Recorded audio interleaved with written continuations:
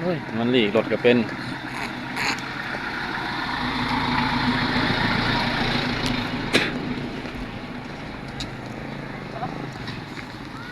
บ่มายังเก็บเอาเพราะคนไปคนมาอันนี้นะนี่แหละเบียร์ต้นใหญ่ตัวยาวๆ10,000เลยมีตัวยาวๆน้อยๆ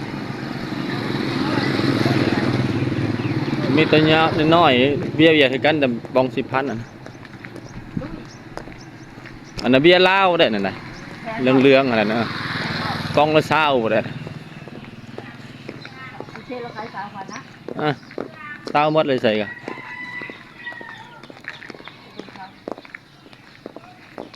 เบียร์ลาวเบียร์ป้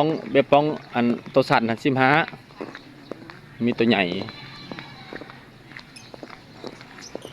ขายเขาได้200,000ปลายมันมี24ปอง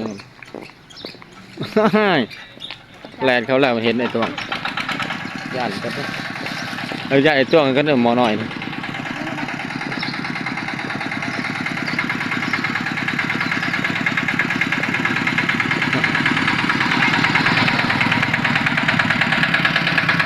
คือว่าหงเนี่ยคือน้ำหงเนี่ยวิดีโอวิดีโอ